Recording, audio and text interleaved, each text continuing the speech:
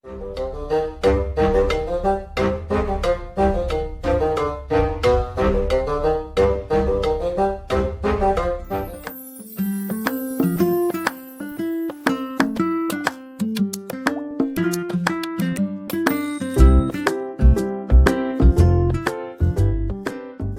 and welcome to your own YouTube channel Space and Time. My name is Sajid and today we are going to learn electrostatic potential energy of a dipole in an electric field. એટલે કે નિયમિત વિદ્યુત ક્ષેત્રમાં રાખેલા ડાયપોલની સ્થિતિ ઉર્જા. આ જે થિયરી છે એ બીજી કઈ રીતે પૂછાઈ શકે? આ થિયરી બીજી એ રીતે પૂછાઈ શકે કે નિયમિત વિદ્યુત ક્ષેત્રમાં ડાયપોલને સૂક્ષ્મ સ્થાનાંતર આપવા માટે કરવું પડતું કાર્ય. તો आई होप तमने बंने वस्तु ख्याल हशे के डायपोल कोने कहेवाय अने विद्युत स्थिति ऊर्जा नु सूत्र अने एनो कन्सेप्ट जो ना खबर होय तो तमे डायपोल माटे चैप्टर 1 अने विद्युत स्थिति ऊर्जा माटे chapter 2 lecture number 7 I guess attend करी सको छो अने पछी अहींया आवशो तो प्रोपर खबर पड़शे, नहीं तो खबर पड़शे नहीं. तो नोटबुक अने पेन साथे लई लो अने आजूबाजूना डिस्टर्बन्स जीरो करी दो. Let's start. तो टाइटल लखी दઉં. टाइटल छे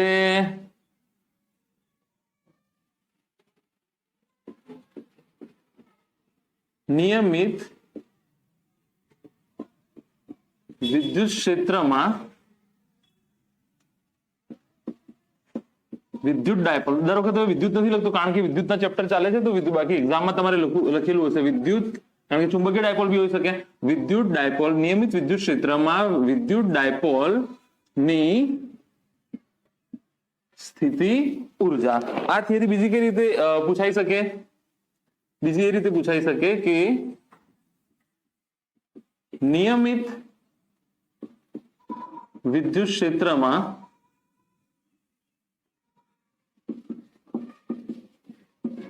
डायपोल ने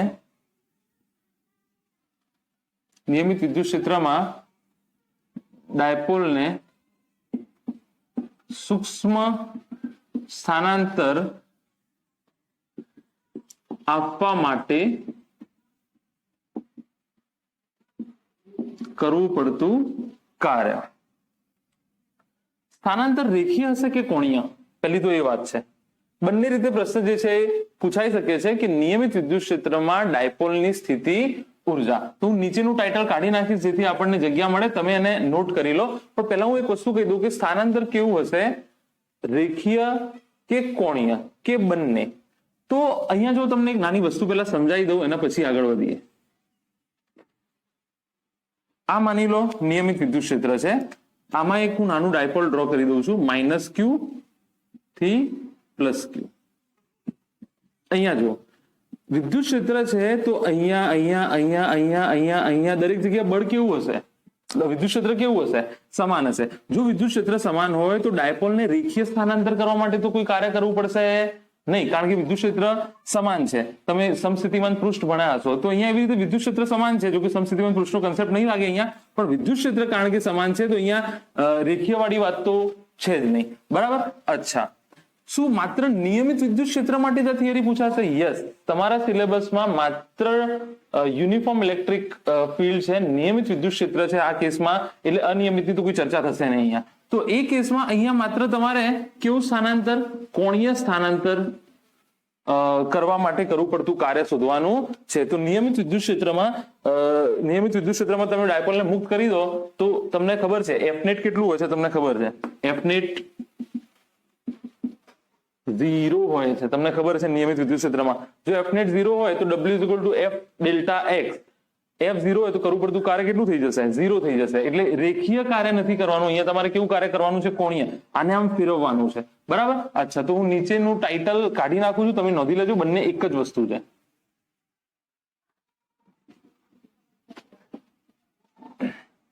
ચલો, તો આગળ જતા પહેલા એક નાનું ક્વિક રિવિઝન થઈ જાય.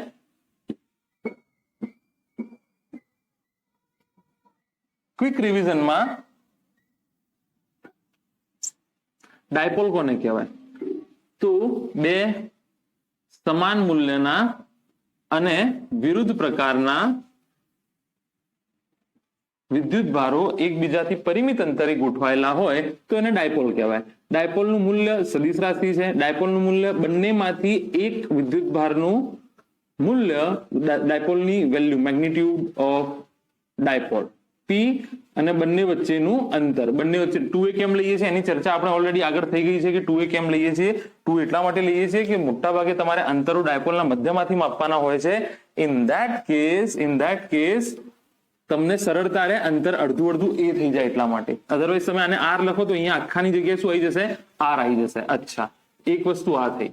બીજી વસ્તુ કઈ છે કે બે વિદ્યુતભારો જો Q1 અને Q2 હોય, બે વિદ્યુતભારો Q1 અને Q2 હોય, બંને વચ્ચેનું અંતર R હોય, તો બંને વચ્ચે સંગ્રહાયેલી ઉર્જા કેટલી હશે? તમને ખબર હશે, U is equal two K Q1 Q2 upon R. K Q1 Q2 upon R.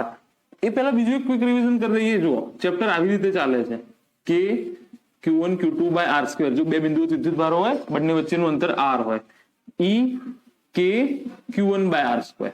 હા કે ના?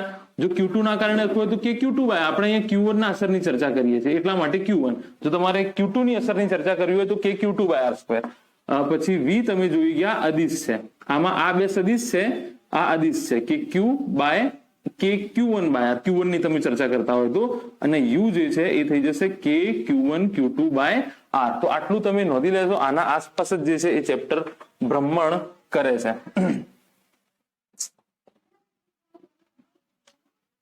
તો આટલું નોંધી લો. આગળ વધીએ કે કહેવા શું માંગે છે.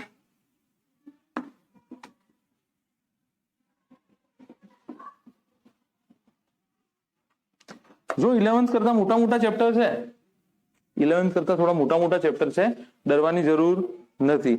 જેમ જેમ તમે આગળ વધશો તેમ કારણ કે તમને ખબર ઓછી પડતી થશે, જેમ આગળ વધશો તેમ થોડું એનું ટફનેસ લેવલ જે છે એ વધતું જશે. તો તમે ઇન્ટરેસ્ટ તમારો ગુમાવી બેસશો. પણ what is best thing? Interest ના ગુમાવો. એટલા માટે ક્યારે ઇન્ટરેસ્ટ ગુમાવશો? જ્યારે ખબર નહીં પડતી હોય ત્યારે. અને મેં પહેલા બી કીધું છે કે એક જ ઝાટકે ખબર પડી જાય જરૂરી નથી, કારણ કે તમને પહેલી વખત ભણો છો લાઈફમાં આ સબ્જેક્ટ, આ ટોપિક. તો તમારા ટીચર્સ જોડે ડિસ્કસ કરો, ફ્રેન્ડ્સ જોડે ડિસ્કસ કરો.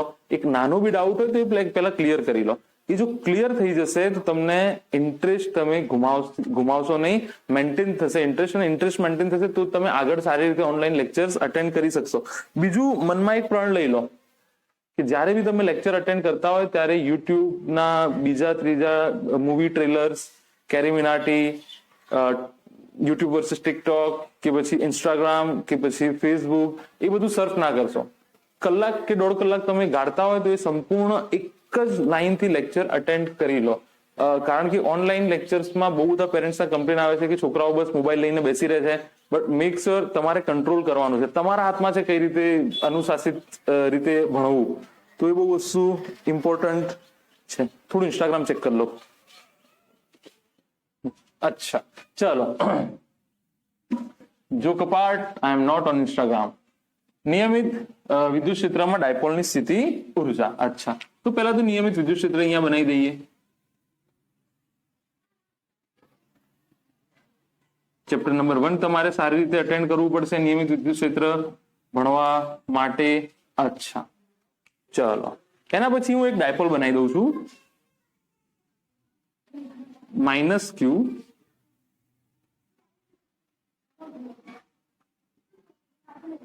અમુક અંતર +Q. બરાબર? આ બંને વચ્ચેનું અંતર છે.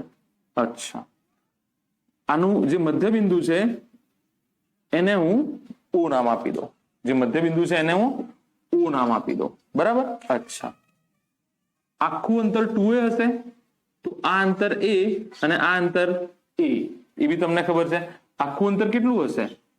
2a હશે. તો આટલું અંતર A અને આટલું અંતર A. આખું અંતર 2a હશે. તો આટલું અંતર A અને આટલું અંતર A. અચ્છા, હવે આ ડાયપોલ ની દિશા તમને ખબર છે -Q થી +Q. આ ડાયપોલ ની દિશા તમને ખબર છે -Q થી +Q. બરાબર?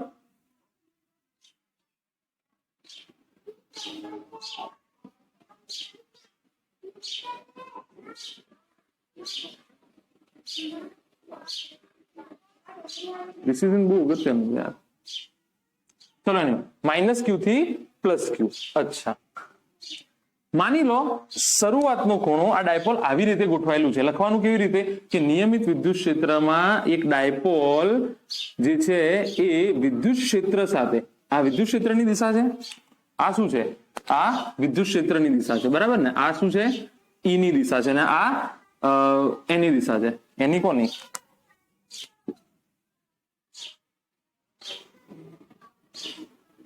θ1 આપી દઉં. વિદ્યુત ક્ષેત્ર અને ડાયપોલ વચ્ચેનો ખૂણો આકૃતિમાં દર્શાવ્યા પ્રમાણે એક ડાયપોલના બે વિદ્યુત ભારો વચ્ચેનું અંતર 2a છે અને મધ્યબિંદુ U થી પ્લસ ક્યુ નું અંતર a, મધ્યબિંદુ U થી માઇનસ ક્યુ નું અંતર a આપેલું છે. આ ડાયપોલ નો ખૂણો અને વિદ્યુત ક્ષેત્ર વચ્ચેનો ખૂણો કેટલો છે, θ1. કેટલો છે, θ1. અચ્છા, નિયમિત વિદ્યુત ક્ષેત્રમાં ડાયપોલની સ્થિતિ ઉર્જા, તો સ્થિતિ ઉર્જા ક્યારે સંગ્રહાય, બાહ્ય બળ વડે કાર્ય થાય ત્યારે. સ્થિતિ ઉર્જા ક્યારે સંગ્રહાય, બાહ્ય બળ વડે કાર્ય થાય ત્યારે. અચ્છા, કોણીય કાર્ય કેવું, કોણીય કાર્ય તો કાર્ય છે, કોણીય કાર્ય કે રેખીય કાર્ય ના હોય, પણ કહેવાનું આ કાર્ય કરવા માટે જે સ્થાનાંતર હશે કેવું હશે, કોણીય સ્થાનાંતર હશે, બરાબર. કેમ, કારણ કે દરેક જગ્યાએ વિદ્યુત ક્ષેત્ર સમાન છે, તો બળ કેવું હશે, નેટ એફ નેટ કેટલું થશે, અહીંયા QE અહીંયા QE, તો એફ નેટ 0 થઈ જશે, અને એફ નેટ 0 થશે તો રેખીય કાર્યનો તો કોઈ સવાલ છે નહીં. તો હું એક કામ કરું, આ ડાયપોલને θ1 થી θ2 જેટલું કોણીય સ્થાનાંતર આપું. આ દિશામાં આને હું લઈ જઉં છું, તો આ ઓટોમેટિક આ દિશામાં આવશે, આ ઓટોમેટિક જે છે એ આ દિશામાં આવશે, બરાબર. અચ્છા,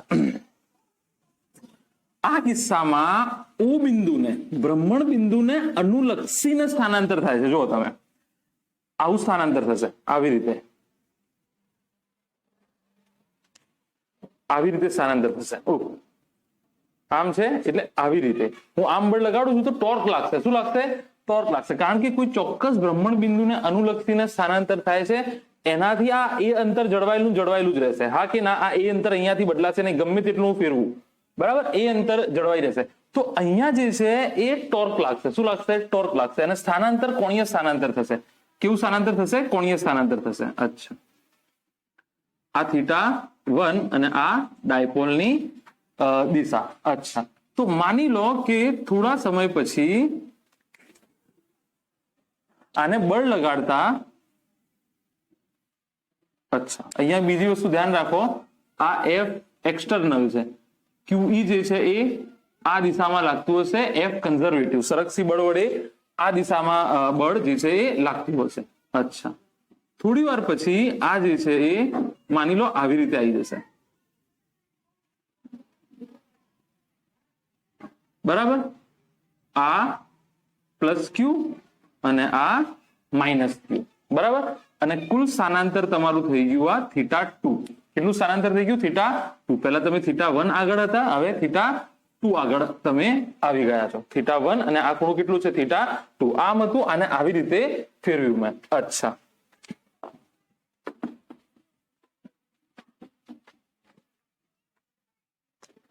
તો અહીંયા જો ફરીથી કરેલું કાર્ય તમારે શોધવું પડશે. તમને ખબર છે કે work done by conservative force minus of work done by conservative force is equal to delta U is equal to work done by external force. આ વસ્તુ તમને ઓલરેડી ખબર છે. એનો મતલબ જો હું સરકસી બળ વડે થયેલું કાર્ય શોધી લઉં અને એનું ઋણ મૂલ્ય શું થઈ જશે, ડેલ્ટા યુ, એટલે કે એટલી સ્થિતિ ઉર્જાનું સંગ્રહ થશે. જે પેલી થિયરીનું ટાઇટલ છે એ બી આ સેમ ટુ સેમ જ આવશે કે નિયમિત વિદ્યુત ક્ષેત્રમાં સૂક્ષ્મ સ્થાનાંતર માટે, ડાયપોલને સૂક્ષ્મ સ્થાનાંતર કરાવવા માટે કરવું પડતું કાર્ય. તો અહીંયા એનું સૂત્ર થઈ જશે W is equal two F, W is equal two થઈ જશે F dot dx. W is equal two થઈ જશે F ડોટ dx, બરાબર. અચ્છા, હવે તો અહીંયા જુઓ તમે, અહીંયા રેખીય બળ વડે થોડું કાર્ય થાય છે, હાલ જ મેં તમને કીધું અહીંયા તો કોણીય સ્થાનાંતર થાય છે, તો અહીંયા રેખીય વાળા કિસ્સામાં રેખીયમાં જેવું રેખીય બળ છે એવી રીતે કોણીયમાં એફ ની જગ્યાએ કઈ રાશિ વપરાય છે? ટોર્ક ઇઝ ઇક્વલ ટુ ના લખતા, બરાબર, અને સ્થાનાંતરની જગ્યાએ જે છે એ શું વપરાશે? થીટા વપરાશે.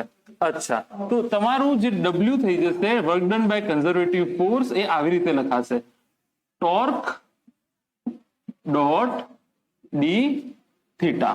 હવે અહીંયા જો એક બીજી વસ્તુ, સૌથી પહેલા આ થઈ જશે torque D theta cos theta, પણ અહીંયા વાત એ છે કે ટોર્ક અને સૂક્ષ્મ સ્થાનાંતર, આ ટોર્ક છે અને આ સૂક્ષ્મ કોણીય સ્થાનાંતર, તમને ખબર છે આવી રીતે થશે, તો ટોર્કની દિશા આ હશે અને સૂક્ષ્મ સ્થાનાંતર આ દિશામાં થાય છે ને, સ્થાનાંતર આ દિશામાં, તો આ દિશા સ્થાનાંતરની થશે, સોરી આ દિશા સ્થાનાંતરની થશે. જમણા હાથના અંગૂઠાના નિયમ પ્રમાણે તમે અહીંયાથી જે દિશામાં સ્થાનાંતર થતું હોય એ દિશામાં તમે આમ વાળો તો આ દિશા સ્થાનાંતરની થશે. અહીંયા આ કયું છે? કન્ઝર્વેટિવ, તો અહીંયા ટોર્ક કયો આવશે? કન્ઝર્વેટિવ એટલે સરકસી, તો સરકસી બળ તો આ દિશામાં લાગે છે ને, તો આમ, તો ટોર્ક અને થીટા બંને વચ્ચેનો ખૂણો કેવો છે? 180. તો 180 નો જો ખૂણો હોય તો આ થઈ જશે torque D theta cos 180 degree. તો આ થઈ જશે ક્યાંથી ક્યાં સુધી? θ1 થી anyway torque D theta cos 180, તો આ થઈ જશે, ચલો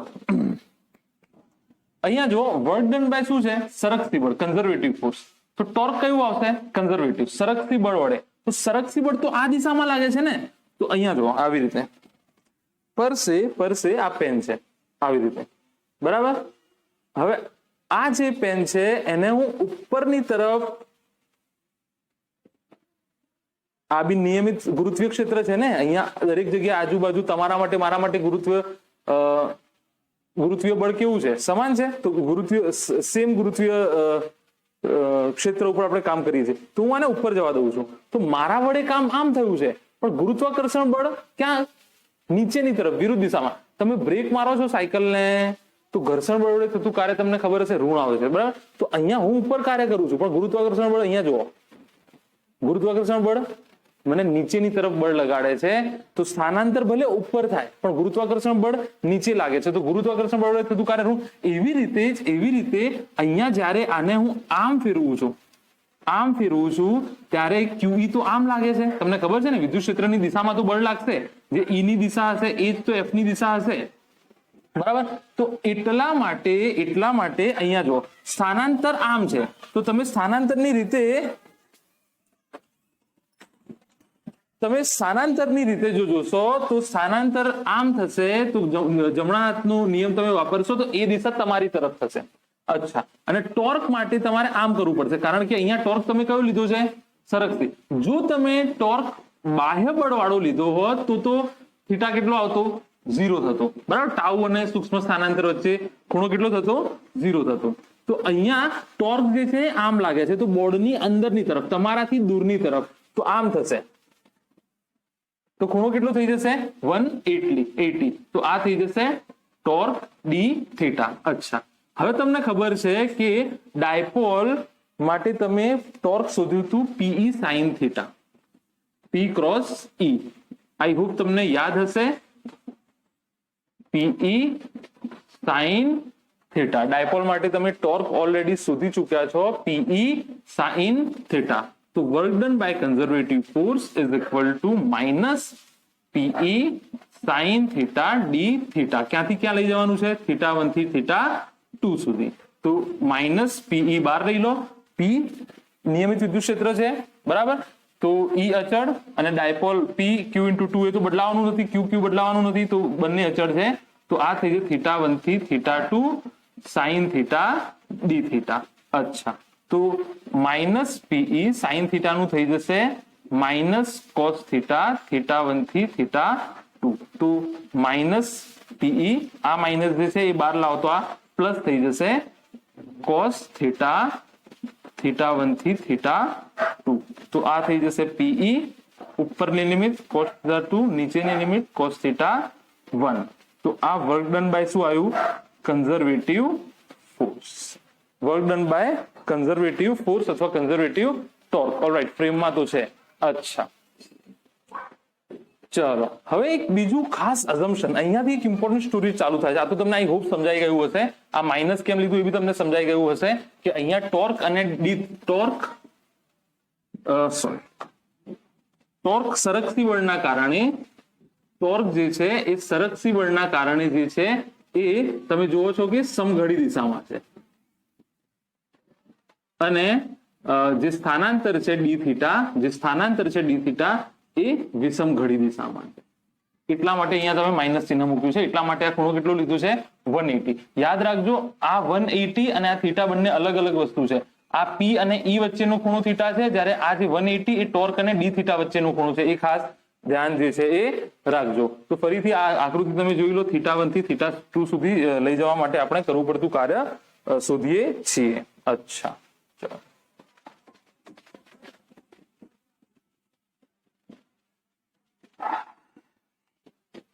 पुरादा परिंदे घर आजा, घर आजा, घर आजा. चलो, WC is equal to PE cos θ2 cos θ1. અચ્છા, તમને ખબર છે કે શરૂઆતનો ખૂણો θ1 હતો, અંતિમ ખૂણો જે છે એ θ2 હતો. ડેલ્ટા થીટા તમારું થાય θ2 માઇનસ θ1. અચ્છા, બીજી એક અગત્યની વસ્તુ, શું તમને ખબર છે કે સ્થિતિ ઉર્જા બરાબર સરકસી બળ વડે થયેલા કાર્યનું ઋણ મૂલ્ય?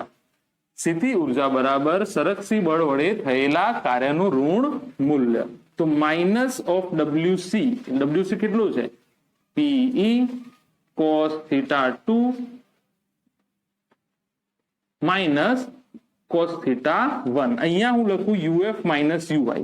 તમને ખબર છે કે સ્થિતિ ઉર્જા વ્યાખ્યાયિત નથી, સ્થિતિ ઉર્જામાં ફેરફાર વ્યાખ્યાયિત છે. તો અહીંયા આપણે સ્થિતિ ઉર્જામાં ફેરફાર વ્યાખ્યાયિત કર્યો, પણ સ્થિતિ ઉર્જા ગાણિતિક રીતે વ્યાખ્યાયિત કરવા માટે આપણે મોટા ભાગે UI શું લઈ લઈએ છીએ?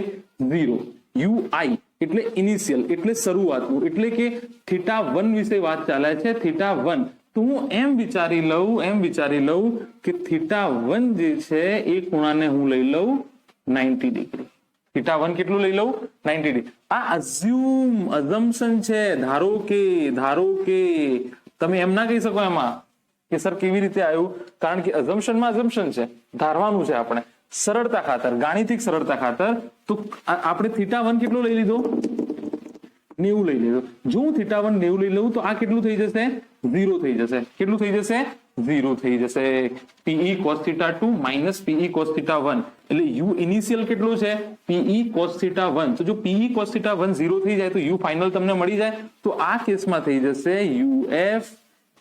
UF માઇનસ UI કેટલું લીધું? 0. અને UI 0 લીધું એટલે 0 કરવા માટે તમારે θ1 ને 0 કરવું પડશે ને. તો PE cos θ2 minus cos 90 degree. Theta કઈ વસ્તુ છે યાદ રાખજો? P અને E વચ્ચેનો ખૂણો છે. થીટા જે છે એ P અને E વચ્ચેનો ખૂણો છે. તો આ થઈ જશે U ફાઇનલ બરાબર માઇનસ ઓફ PE cos θ2. અને θ2 શું છે? θ2 સ્થાનાંતર થઈ ગયું તમારું, ડેલ્ટા થીટા થઈ ગયું તમારું, હા કે ના? અચ્છા, જવા દો એને. PE minus PE cos θ2. તમે આ પદ 0 લઈ લીધું તો આ થીટા સીધો શું હશે? તમે આ પદ જે છે એ 0 લઈ લીધું તો θ2 શું હશે? જેટલું સ્થાનાંતર થયું હશે એ સીધે સીધું, બરાબર. તો આ થઈ જશે UF બરાબર minus of P dot E. યાદ રાખી લો સૂત્ર, અહીંયાથી બધી વાત બની જશે. Minus of P dot E. તો ટોર્ક તમારો PE sin θ આવતો હતો અને આ છે PE cos θ. આ છે PE cos θ.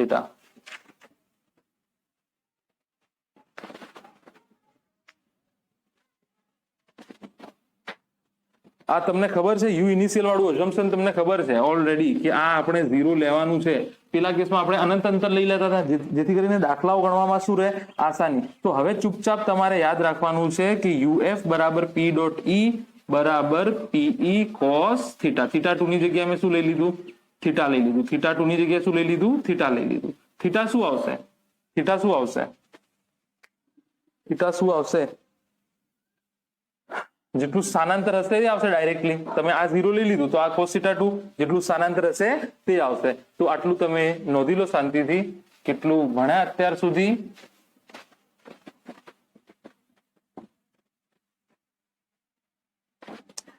ફરીથી આ અઝમ્પશન છે કે યુઆઈ 0 કરવાનો છે. યુઆઈ 0 કરવા માટે એટલે શરૂઆતનું 0 કરવા માટે તમારે cos θ 1 કમ્પલસરી શું કરવું પડે? 0. cos θ 1 0 ક્યારે થાય? θ 1 તમે 90 લો ત્યારે.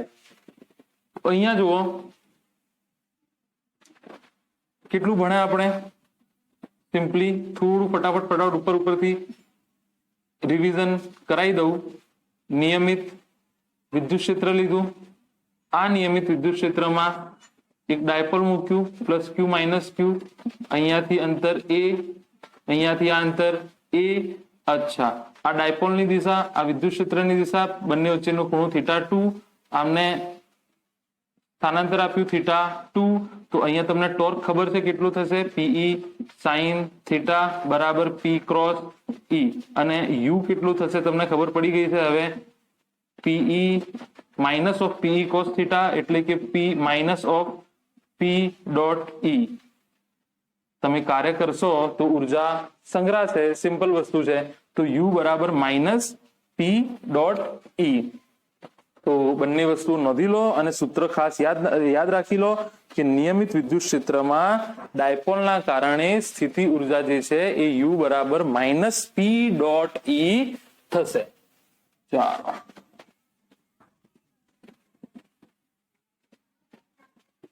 અમુક ખાસ કિસ્સા છે એની આપણે ચર્ચા કરી લઈએ આકૃતિ સાથે.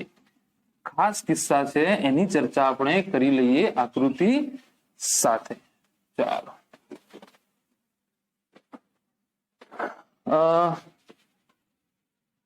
જો theta is equal two 0 degree હોય તો સ્થિતિ ઉર્જા કેટલી થશે? 0 ડિગ્રી, થીટા 0 ડિગ્રી. તો પેલા હું સૂત્ર લખી દઉં. U is equal to minus PE cos theta is equal to minus P dot E. અચ્છા, અહીંયા જે થીટા છે એ સદિશ પી અને સદિશ ઈ વચ્ચેનો ખૂણો છે. તો અહીંયા આકૃતિ ડ્રો કરીએ જેથી કરીને તમને ખબર પડે. બરાબર, માઇનસ ક્યુ પ્લસ ક્યુ, બંને વચ્ચેનું અંતર લખતું નથી. બરાબર, આ જે છે એ વિદ્યુત ક્ષેત્રની દિશા છે. માઇનસ ડાયપોલની તમને ખબર હશે દિશા, યાદ રાખજો. ડાયપોલની દિશા માઇનસ ક્યુ થી પ્લસ ક્યુ ની તરફ હોય છે. ડાયપોલની દિશા જે હોય છે એ માઇનસ ક્યુ થી પ્લસ ક્યુ ની તરફ હોય છે. તો આ જે છે એ તમારા ડાયપોલની દિશા થઈ ગઈ પી ની. તો પી અને ઈ વચ્ચે ખૂણો કેટલો છે? અહીંયા જો પી અને ઈ વચ્ચે ખૂણો 0 છે. તો યુ બરાબર થઈ જશે માઇનસ પીઈ કોસ 0. કોસ 0 તમને ખબર છે કેટલું થાય? 1. તો માઇનસ પીઈ. આ લઘુત્તમ સ્થિતિ ઉર્જા, આનાથી ઓછી હોઈ ના શકે. કારણ કે કોસનું મૂલ્ય તમને ખબર છે કઈ બે મૂલ્યો વચ્ચે જગલ કરે છે? કોસનું મૂલ્ય 1 અને -1 વચ્ચે. તો cos 0 તમે મૂક્યો તો જવાબ કેટલો આવ્યો? માઇનસ. મને એક વસ્તુ કહો તમે, આ યુ મિનિમમ છે, આને હું કહીશ સ્ટેબલ ઇક્વિલિબ્રિયમ. સ્ટેબલ ઇક્વિલિબ્રિયમ કઈ રીતે? સ્થાયી સંતુલન. કેવું સંતુલન? કેવું સ્થાયી સંતુલન. કેમ સ્થાયી સંતુલન? આ પ્લસ ક્યુ ને હું થોડું સ્થાનાંતર આપીશ ને તો એ મૂળ પાછી જગ્યાએ ફરી જશે. એને સ્થાયી સંતુલન કહેવાય. જો અહીંયા છે તો આને થોડું સ્થાનાંતર આપીશ ને તો આ દિશામાં બળ લાગશે તો એ પાછું ક્યાં ફરી જશે? આમ ફરી જશે. તો આ થઈ ગયું યુ બરાબર માઇનસ પીઈ. એટલે કે સ્થિતિ ઉર્જા કેટલી છે? લઘુત્તમ. એક વસ્તુ તમને પછી પૂછીશ થોડી વાર રહીને, આ કન્સેપ્ટ તમારું ચેક કરવા માટે.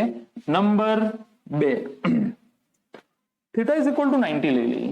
જો theta is equal to 90 degree હોય તો U is equal to minus P dot E બરાબર માઇનસ પી કોસ થીટા તો માઇનસ પીઈ કોસ 90 ડિગ્રી, તો આ યુ થઈ જશે તમારો 0, કારણ કે કોસ 90 નું મૂલ્ય કેટલું થાય? 0 થાય. તો આ એક તો યુ 0 આવ્યો. આ છે અસ્થાયી. અસ્થાયી કેમ અસ્થાયી? અહીંયા જુઓ,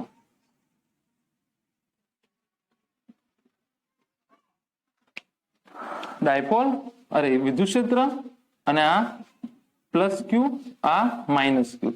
જો ઈ ની દિશા આ છે, ઈ ની દિશા આ છે અને ડાયપોલ ની દિશા આ છે. ખૂણો કેટલો થયો બંને વચ્ચેનો? 90 ખૂણો થઈ ગયો. આ પોઝિશનમાં ક્યારેય ડાયપોલ રહેશે નહીં. જેવું તમે છોડશો મુક્ત કરશો જતું રહેશે, જેવું તમે છોડશો મુક્ત કરશો જતું રહેશે. ક્યાં જશે?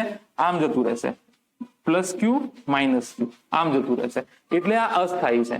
તમે મને હજુ એક સવાલ પૂછી શકો. કયો સવાલ પૂછી શકો? કે તમે તો એમ કહેતા હતા કે સ્થિતિ ઉર્જા લઘુત્તમ હોય તો સ્થાયી હોય, તો લઘુત્તમ 0 છે તો અહીંયા અસ્થાયી કેમ લખ્યું છે ભાઈ? -3 0 2 અહીંયા લઘુત્તમ મૂલ્ય કયું છે? -3 છે. હા કે ના? તો આ કયું છે? તમે જો આ માઇનસ પીઈ આવ્યું છે અને આ 0 છે, તો આ 0 કરતા માઇનસ પીઈ એના કરતા બી ઓછું હશે. એટલા માટે આ સ્થાયી અસંતુલન છે ને આ અસ્થાયી છે. યુ જે છે ને આ સાપેક્ષ રાશિ છે. કેવી રાશિ છે? સાપેક્ષ રાશિ છે. 0 નું મૂલ્ય એવું નહીં કે સ્થાયી હશે. 0 નું મૂલ્ય ક્યારે એવું નહીં કે સ્થાયી હશે, કારણ કે યુ કેવી રાશિ છે? સાપેક્ષ રાશિ છે. શરૂઆતની સ્થિતિ શું છે એની સાપેક્ષે તમે અંતિમની ચર્ચા કરો છો. તો અહીંયા યુ 0 છે અને અહીંયા યુ ફાઇનલ માઇનસ પી છે, તો આ મૂલ્ય 0 કરતા બી નાનું છે, તો આ કેવું થઈ જશે? અસ્થાયી થઈ જશે. બરાબર. ચલો કેસ નંબર 3 જોઈએ. કેસ નંબર 3 છે થીટા ઇઝ ઇક્વલ ટુ જો 180 ડિગ્રી હોય તો યુ બરાબર માઇનસ પી ડોટ ઈ, તો યુ બરાબર માઇનસ પીઈ કોસ થીટા, તો થીટા 180 છે તો માઇનસ પીઈ કોસ 180 ડિગ્રી. તો કોસ 180 કેટલું થાય? -1 થશે, તો માઇનસ માઇનસ પ્લસ, તો આ શું થઈ જશે? પીઈ. આ કઈ પરિસ્થિતિ છે એની ચર્ચા કરી લઈએ આપણે. નિયમિત વિદ્યુત ક્ષેત્ર ડ્રો કરી લીધું મેં. અચ્છા, વિદ્યુત ક્ષેત્રની દિશા આ છે. આ વખત માઇનસ ક્યુ અહીંયા મૂકું, અહીંયાથી અમુક અંતરે પ્લસ ક્યુ મૂકું. આ વખતે વિદ્યુત ડાયપોલની જે દિશા છે એ આ હશે. જો ઈ ની દિશા આ છે અને આ પી ની દિશા છે. બંને વચ્ચેનો ખૂણો કેટલો છે? 180 ડિગ્રી. અચ્છા, આ ધન આવ્યું, અસ્થાયી કરતા બી મોટું મૂલ્ય. તો આ જે છે આ યાદ રાખજો, પૂછાય છે પરીક્ષામાં. સ્થાયી ક્યારે, અસ્થાયી ક્યારે, બોર્ડ માટે ઇમ્પોર્ટન્ટ છે, એઝ વેલ એઝ જેડબલ્યુ નીટ માટે બી ઇમ્પોર્ટન્ટ છે કે સ્થાયી સંતુલન કોને કહેવાય, અસ્થાયી કોને કહેવાય અને અસ્થાયી સંતુલન કોને કહેવાય. આ કેવું સંતુલન છે? અસ્થાયી. અસ્થાયી સંતુલન કેમ? અહીંયા જે છે એ એફનેટ ડઝન્ટ ઇક્વલ ટુ એફનેટ તો 0 જ આવશે. જો કે એનીવે અહીંયા જુઓ, અહીંયા ટોર્ક નેટ જે છે ને એ 0 થઈ જશે. હા કે ના? ટોર્ક નેટ શું થઈ જશે? 0. અહીંયા એફનેટ બી 0, ટોર્ક નેટ બી 0. અહીંયા એફનેટ 0, torque net doesn't equal to 0 છે. અહીંયા એફનેટ 0 છે અને ટોર્ક નેટ. તો પાછું તમે ફરીથી કહેશો કે સર આ તો લોચા થઈ ગયા, 180 આ તો બહુ મહત્તમ મૂલ્ય આવે છે અને તમે કહો છો અસ્થાયી સંતુલન અથવા સંતુલન. કેમ? અચ્છા, જો અસ્થાયી સંતુલન કોને કહેવાય? આ કેસમાં શું હતું, હું થોડું આને સૂક્ષ્મ સ્થાનાંતર આપું ને ગમે ત્યાં, તો એની મૂળ સ્થિતિમાં પાછું આવી જશે. તો એને શું કહેવાય? સ્થાયી સંતુલન. આ કેસમાં જો હું એને થોડું બી ડિસ્ટર્બ કરીશ ને, થોડું ડિસ્ટર્બ, તો આખું આમ ફરી જશે, આ પરિસ્થિતિમાં આવી જશે. એની મૂળ સ્થિતિએ પાછું ફરશે નહીં, કારણ કે વિદ્યુત ક્ષેત્ર, તમને ખબર છે કે એક ટ્રીક કીધી હતી તમને કે ગમે ત્યારે બી વિદ્યુત ક્ષેત્ર ડાયપોલને પોતાની દિશામાં લાવવાનો પ્રયત્ન કરશે. તો અહીંયા જેવું હું થોડું ફેરવીશ, ડાયપોલ ક્યાં ફરી જશે? વિદ્યુત ક્ષેત્રની દિશામાં, પોતાની મૂળ સ્થિતિએ પાછો આવશે નહીં. તો સામાન્ય સ્થિતિમાં તો ટોર્ક નેટ એફનેટ 0 છે, સંતુલનમાં છે, પણ કેવો? અસ્થાયી. થોડું ડિસ્ટર્બ કરીશું તો એની મૂળ સ્થિતિમાં જે છે એ ફરશે નહીં. અહીંયા હું તમને એક ઉદાહરણ આપું. એક ગોળો છે, પોલો ગોળો છે. એ પોલા ગોળાની અંદર અહીંયા એક બોલ મૂક્યો છે, બરાબર, અને એક બોલ અહીંયા મૂક્યો છે. અચ્છા, બરાબર, અને ત્રીજો બોલ અહીંયા છે. જુઓ, જો આને મુક્ત કરી દઉં, નંબર 1, નંબર 2, નંબર 3, આને મુક્ત કરી દઉં તો એ તો સ્ટેબલ છે, સંતુલનમાં છે, ત્યાંને ત્યાં પડ્યો છે, બરાબર. ત્યાંને ત્યાં પડ્યું છે. જો હું 2 ને મુક્ત કરી દઉં તો એ સીધું ક્યાં આવી જશે? નીચે આવી જશે. તો આ તો કેવું છે? અસ્થાયી. આ પરિસ્થિતિ છે, બરાબર, અસ્થાયી વાળી. આને હું મુક્ત કરી દઉં 1 નંબરને તો ત્યાંનું ત્યાં જ પડ્યું રહેશે. 3 ને મુક્ત કરી દઉં તો એ બી ત્યાંનું ત્યાં જ. જો હું 3 ને ડિસ્ટર્બ કરું થોડું આ દિશામાં, હું આને આમ લઈ ગયો અને છોડી દઉં તો એની મૂળ સ્થિતિએ પાછો આવશે. આને થોડો ડિસ્ટર્બ કરી અને મેં છોડી દીધું તો એ એની મૂળ સ્થિતિએ પાછો આવશે. તો આ કેવું છે? સ્થાયી સંતુલન છે. અચ્છા, આ બી હાલ સંતુલનમાં છે, પણ આને હું થોડું ડિસ્ટર્બ કરીશ તો એ ક્યાં જશે? એની મૂળ સ્થિતિ પાછું ફરશે નહીં. તો એટલા માટે આ અસ્થાયી સંતુલનમાં છે. તો આઈ હોપ 3 વસ્તુ તમને સમજાઈ ગઈ હશે, સૂત્ર સમજાઈ ગયું હશે. 3 કિસ્સા બોર્ડ માટે ઇમ્પોર્ટન્ટ છે, as well as JEE NEET માટે ઇમ્પોર્ટન્ટ છે, ગુજકેટ માટે બી ઇમ્પોર્ટન્ટ છે. સીધો સવાલ આવે છે કે થીટાના કયા મૂલ્ય માટે સ્થાયી સંતુલનમાં હશે, કયા મૂલ્ય માટે અસ્થાયી સંતુલનમાં હશે, અને કયા થીટાના મૂલ્ય માટે અસ્થાયી હશે. તો બોર્ડમાં બી પૂછાય છે બંને રીતે. તો આને સારી રીતે નોંધી લો અને યાદ કરી લો. દાખલાઓ આપણે ગણવાનું થોડા ઘણા ચાલુ કરીએ. ચલો તો દાખલો ગણી નાખીએ. શું છે દાખલો? એક નિયમિત વિદ્યુત ક્ષેત્ર આપેલું છે. એ નિયમિત વિદ્યુત ક્ષેત્રમાં શરૂઆતની પ્રારંભિક સ્થિતિમાં -q + q આવી રીતે એક ડાયપોલ ગોઠવાયેલું છે. તમને ખબર છે દિશા -q થી +q ની દિશા છે, એટલે કે વિદ્યુત ક્ષેત્રની જે દિશા છે એ વિદ્યુત ડાયપોલની દિશા છે. એટલે કે θ1 તમને ખબર છે કેટલું થઈ જશે? 0 ડિગ્રી થઈ જશે. અને એને પછી ભ્રમણ આપીને ટોર્ક આપીને θ2 કેટલો કરવાનું છે? 180 ડિગ્રી આમાં કાર્ય કરવાનું છે. પહેલા બી મેં તમને વાત થઈ ગઈ છે કે જ્યારે બી કાર્યની વાત આવે ત્યારે સૌથી પહેલો તમારા મગજમાં એ સવાલ થવો જોઈએ કે કાર્ય કોના વડે? ત્યાં સુધી કાર્ય શોધાય નહીં. તો પહેલા તો આપણે અહીંયા પ્રશ્નમાં છે કે કાર્ય જે છે એ સંરક્ષી બળ વડે શોધવાનું છે. કોના વડે? સંરક્ષી બળ વડે થતું કાર્ય શોધવાનું છે. કોના વડે ભાઈ? સંરક્ષી બળ વડે થતું કાર્ય શોધવાનું છે. અચ્છા, તો હું તમને એમ કહું કે સંરક્ષી બળ વડે થતું કાર્ય જે છે, ઓલરેડી તમે આના પહેલા એક નાની તમને વસ્તુ ક્લિયર કરી દો. એ વસ્તુ શું છે અહીંયા જોઈ લો તમે. એ વસ્તુ શું છે સમજી લઈએ એને આપણે.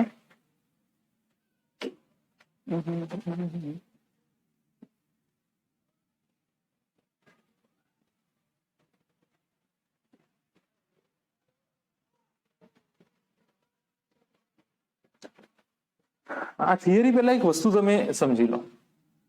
આના પહેલા જે આપણે થિયરી ચલાવી એમાં તમે જે ડેલ્ટા યુ શોધ્યો બરાબર -WC, આનું તમે સૂત્ર લઈ આવ્યા -P.E. શું લઈ આવ્યા તમે? -P.E. અચ્છા, તો એનીવે આ ક્યારે સંરક્ષી બળ વડે જયારે તમારે શોધવાનું છે ત્યારે W is equal to -P.E. જ્યારે તમારે બાહ્ય બળ વડે શોધવાનું આવશે તો આ જવાબ શું થઈ જશે?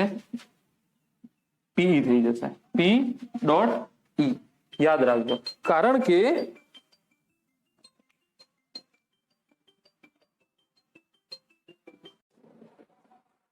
તો જ્યારે બાહ્ય બળ વડે કાર્ય શોધવાની વાત આવશે તો તમે આ સૂત્ર લખશો. જ્યારે સંરક્ષી બળ વડે એટલે કે કન્ઝર્વેટિવ ફોર્સ વડે શોધવાનું વાત આવશે ત્યારે તમે આ લખશો. અહીંયા તમને શું કીધું છે? સંરક્ષી બળ વડે. તો શું સ્થિતિ ઉર્જામાં ફેરફાર સંરક્ષી બળ વાળું સૂત્ર શું હતું?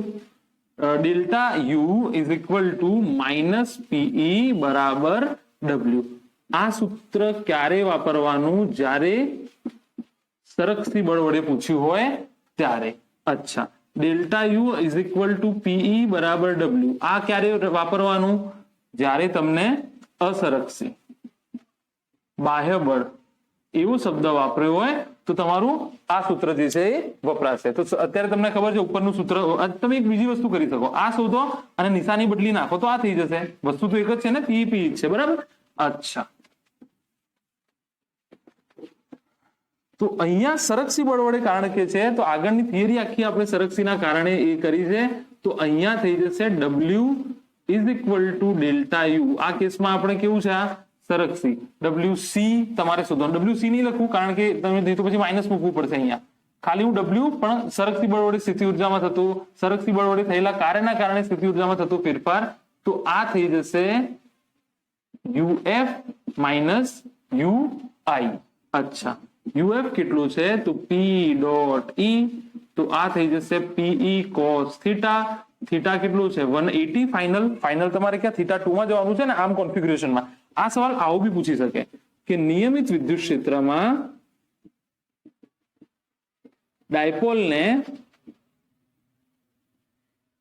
સ્થાયી સંતુલનમાંથી અસ્થાયી સંતુલનમાં લઈ જવા કરવું પડતું કાર્ય. જો સ્થાયી સંતુલનમાંથી અસ્થાયી સંતુલનમાં લઈ જવા માટે કરવું પડતું કાર્ય, તો UF is equal two PE minus આવશે ને ભાઈ, માઇનસ PE cos 180 ડિગ્રી, અને cos 180 ડિગ્રી તમને ખબર છે -1 થશે, તો આ કેસમાં UF થઈ જશે minus PE -1 is equal two PE. તો UF તમને મળી ગયો. અચ્છા,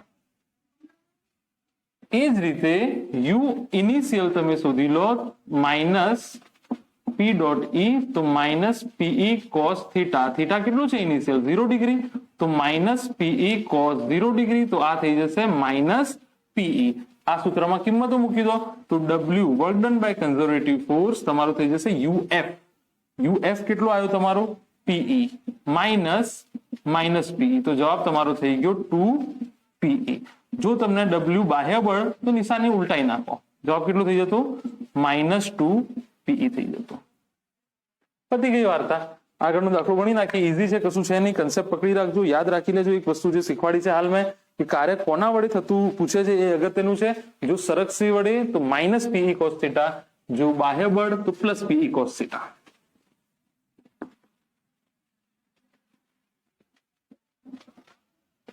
ચાલો, બીજો દાખલો હવે આપણને શું કે છે? બીજા દાખલામાં આપણને કે છે કે એક ડાયપોલ આપેલું છે. અચ્છા, આ ડાયપોલમાં, આ દાખલામાં ઘણા બધા છોકરાઓ ભૂલો કરી નાખે છે. પ્લસ ક્યુ, બરાબર. અચ્છા, તમને ખૂણાઓ આ વખતે આવી રીતે આપેલા છે.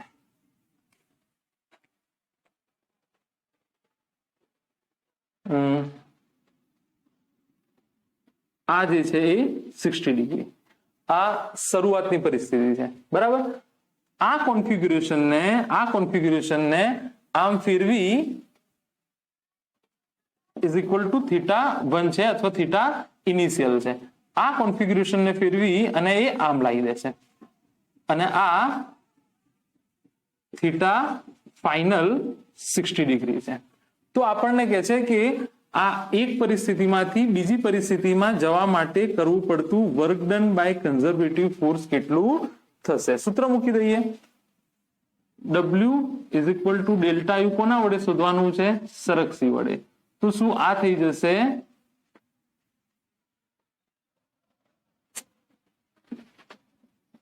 Minus P dot E. કેટલું થઈ જશે? P dot E. અચ્છા, આટલું જ લખો ને ખાલી. તો UF માઇનસ UI શોધવાનું છે તમારે.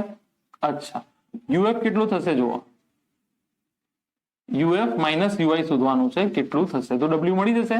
તો UF બરાબર માઇનસ PE. આગળ કદાચ ભૂલ થઈ ગયું ને તો ડેલ્ટા U બરાબર માઇનસ PE નથી, આવું ના લખાય, યાદ રાખજો.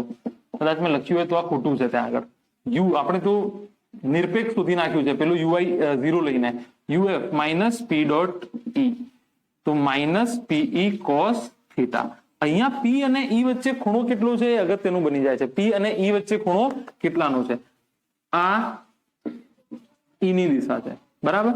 અને આ તમારું માઇનસ Q, આ પ્લસ Q, આ તમારું P ની દિશા છે. તો E અને P વચ્ચે આ ખૂણો થાય. હા કે ના? કયો ખૂણો થાય? આ. એટલે તમને છેતરવા માટે અહીંયા થીટા આપેલું છે. તમારે આ ફાઇનલ જે છે એ 120 ડિગ્રી લેવું પડે, બરાબર. તો થીટા કેટલું થઈ જશે? 120 ડિગ્રી. તો UF is equal to minus PE cos 120 degree. તો પીઈ cos 90 + 30 લખાય. બીજું ચરણ પડશે, બીજા ચરણમાં cos 90 + 30. તો બીજા ચરણમાં cos જે છે એ ઋણ થઈ જશે, તો આ થઈ જશે cos ની જગ્યાએ -sin 30. તો માઇનસ માઇનસ પ્લસ પીઈ અને sin 30 1/2. તો આ થયું pe/2. અચ્છા, એ જ રીતે u ઇનિશિયલ થઈ જશે. હવે તો ઈ ઇનિશિયલ તો તમને થીટા સીધો આપેલું છે, બરાબર ને? ઈ અને પી વચ્ચેનો ખૂણો, તો -p.e pe cos theta. Theta કેટલું છે? 60 ડિગ્રી. તો -pe cos 60, તો -pe/2. uf - ui બરાબર w મળી જશે. તો uf કેટલો આવ્યો તમારો? pe/2 minus pe/2. તો જવાબ આવ્યો pe બરાબર w કન્ઝર્વેટિવ. જો w એક્સટર્નલ પૂછે તો નિશાની ખાલી અહીંયા બદલી નાખો. પતી ગઈ અહીંયા વાર્તા. આટલું તમે નોંધી લો, પછી આગળ વધીએ. હા, ઓલરાઈટ, છેલ્લો દાખલો ગણી લઈએ.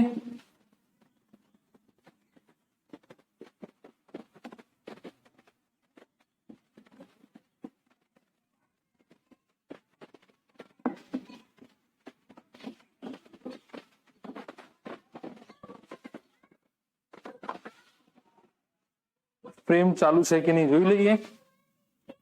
ઓલરાઈટ, તો દાખલો હવે બહુ મસ્ત દાખલો છે.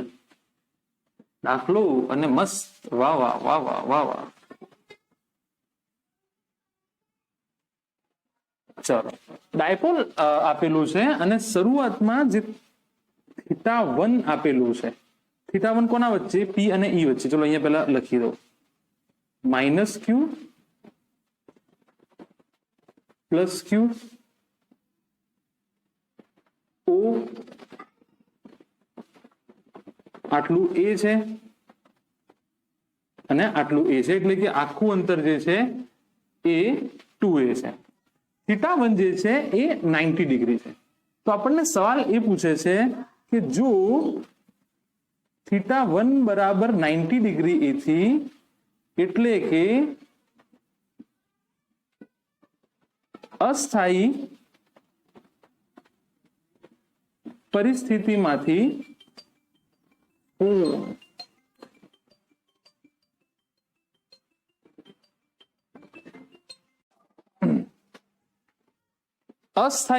પરિસ્થિતિમાંથી મુક્ત કરતા જ્યારે ડાયપોલ મધ્યમાન સ્થાનેથી પસાર થાય ત્યારે તેનો વેગ શોધો. એટલે કે જો હવે આને હું મુક્ત કરીશ તો આને આ દિશામાં બળ લાગશે અને એટલું જ બળ આને આ દિશામાં લાગશે. કારણ કે F-net 0 છે, આમાં ટોર્ક ઉદ્ભવશે.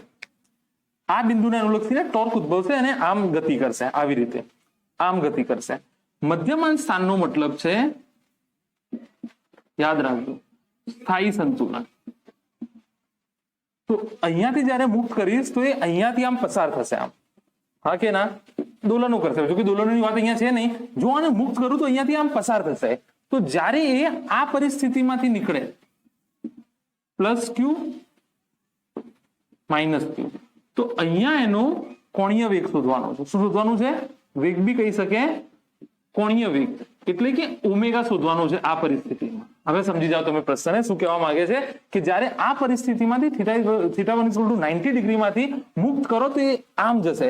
તો જ્યારે મધ્યમાન સ્થાને પહોંચે અહીંયા, ત્યારે એનો વેગ શોધવાનો છે.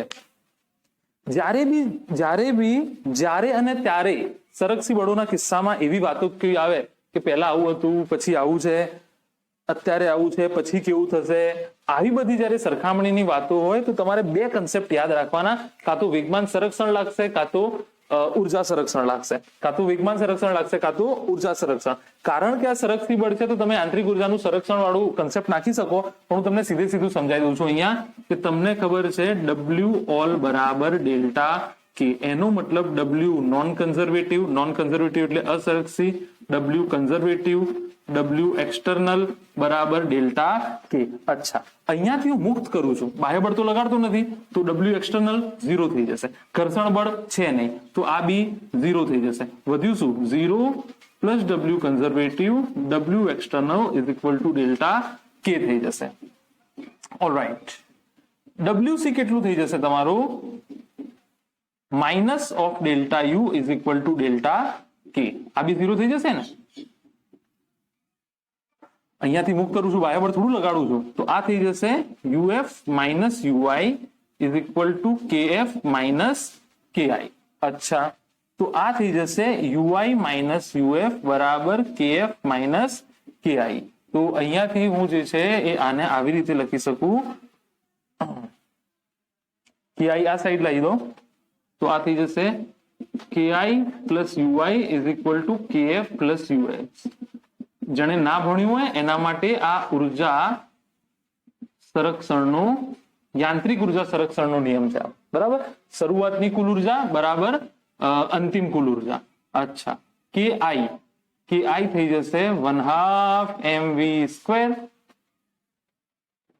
ખોટું, રેખીય ગતિ થોડી થાય છે તો 1/2 mv² નાખશો, ચાક ગતિ થાય છે તો 1/2 mv² ની જગ્યાએ તમે નાખશો 1/2 I ઓમેગા સ્ક્વેર વત્તા UI થઈ જશે minus PE cos theta is equal two KF થઈ જશે, આ થઈ ગયું ઇનિશિયલ, આ થઈ ગયું initial, 1/2 I omega square plus minus PE cos theta. આ થઈ ગઈ ફાઇનલ પરિસ્થિતિ. ફ્રેમમાં આવે છે કે નહીં જોઈ લઈએ.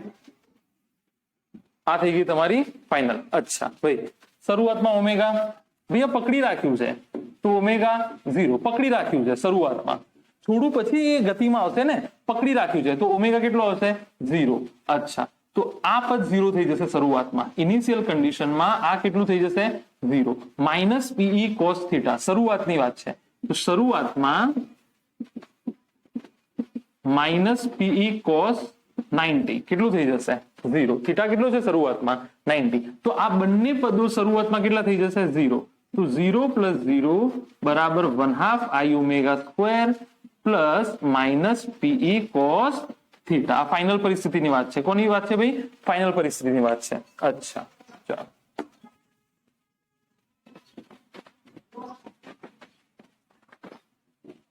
તો આ થઈ જશે, અહીંયા લખી દઉં છું 1/2 I omega square plus minus PE cos 0 degree.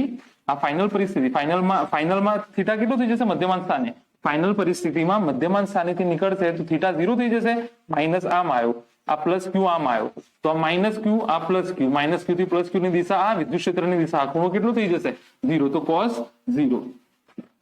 તો 1/2 I omega square is equal two 0 plus minus PE is equal two 0. તો 1/2 I omega square is equal two શું થઈ જશે? PE થઈ જશે. ઇઝ ઇક્વલ ટુ શું થઈ જશે? PE થઈ જશે. અચ્છા, P ની જગ્યાએ ચલો એ પછી કરીએ. એક તો અહીંયા લખી દઉં, P ની જગ્યાએ તમે લખી શકશો Q ઇન્ટુ 2A, બરાબર. અચ્છા, બીજું I બરાબર થઈ જશે I1 પ્લસ I2. તમે આ દાખલા ઘણી વાર હશે. જડત્વની ચાક માત્રા, હવે ડિટેલમાં અત્યારે સમજાવવા નહીં બેસું. જડત્વની ચાક માત્રાનું સૂત્ર છે I બરાબર બિંદુવત માટે, બિંદુવત દળ માટે જડત્વની ચાક માત્રા દળ માટે હોય છે, સૂત્ર છે mr². r અંતર ક્યાંથી લેવાનું? ભ્રમણ બિંદુથી. બીજું I અદિશ રાશિ છે. કેવી રાશિ છે? અદિશ રાશિ છે. એટલે તમને એ ડાઉટ ના જાય કે આ આમ જાય છે, આ આમ જાય છે, તો એક માઇનસ એક પ્લસ નહીં, તો આ થઈ જશે ma² કેટલું થઈ જશે? 2ma². ચલો, તો I નું મૂલ્ય તમને મળી ગયું છે ઓલરેડી.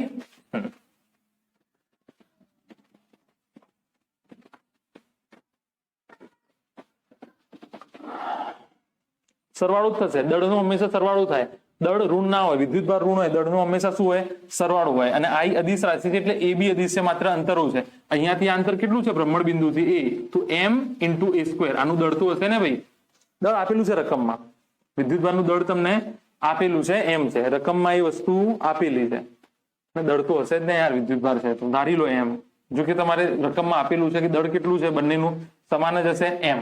અચ્છા, તો i બરાબર 2m સ્ક્વેર, તો 1/2 i ની જગ્યાએ 2m square into omega square બરાબર pe, 2 2 કેન્સલ, તો m square omega square p ની જગ્યાએ q ઇન્ટુ 2 એ કેન્સલ થશે, તો ma ઓમેગા 2 qe, તો ઓમેગા સ્ક્વેર બરાબર 2 qe બાય ma, તો ઓમેગા બરાબર થઈ જશે 2 qe by ma. Mix concept વાળો દાખલો, જવાબ ચેક કરી લઈએ, 2 qe બાય ma, બરાબર ને. તો મિક્સ કન્સેપ્ટ વાળો દાખલો હતો.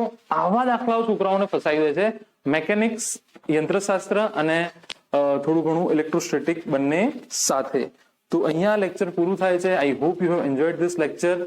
અને જો ઢીલા ના પડતા, હજુ કદાચ એકાદ મહિનો સ્કૂલ જે છે એ રીઓપન નહીં થાય, પહેલા ચેપ્ટરનો ટેસ્ટ ના આપ્યો હોય તો આપી દો, અને હજુ તમે જો ઢીલા પડ્યા હોય તો પ્લીઝ ગતિ પકડી લેજો, અહીંયાથી પ્રોપર રોજના રોજ લેક્ચર જે જ્યારે બી મુકાય ત્યારે અટેન્ડ કરી લેજો, અને નોટ્સ પ્રોપર બનાવજો. નોટ્સ પ્રોપર નહીં બનાવો તો રિઝલ્ટ નહીં આવે. અને સાથે સાથે પ્રેક્ટિસ જે છે એ કરતા રહો. અને બીજા કઈ ફીડબેક કે સજેશન હોય તો યુ કેન ઓલવેઝ કમેન્ટ. અને જે લોકો ફર્સ્ટ ટાઈમ જોવે છે, don't forget two subscribe this channel two gate regular updates. So again thank you so much for all of your attention. હવે તમે જઈ શકો છો ફેસબુક, ઇન્સ્ટાગ્રામ કે તમારા યોગ્ય પાત્રને કોલ કરવા માટે. Thank you so much, all the very best.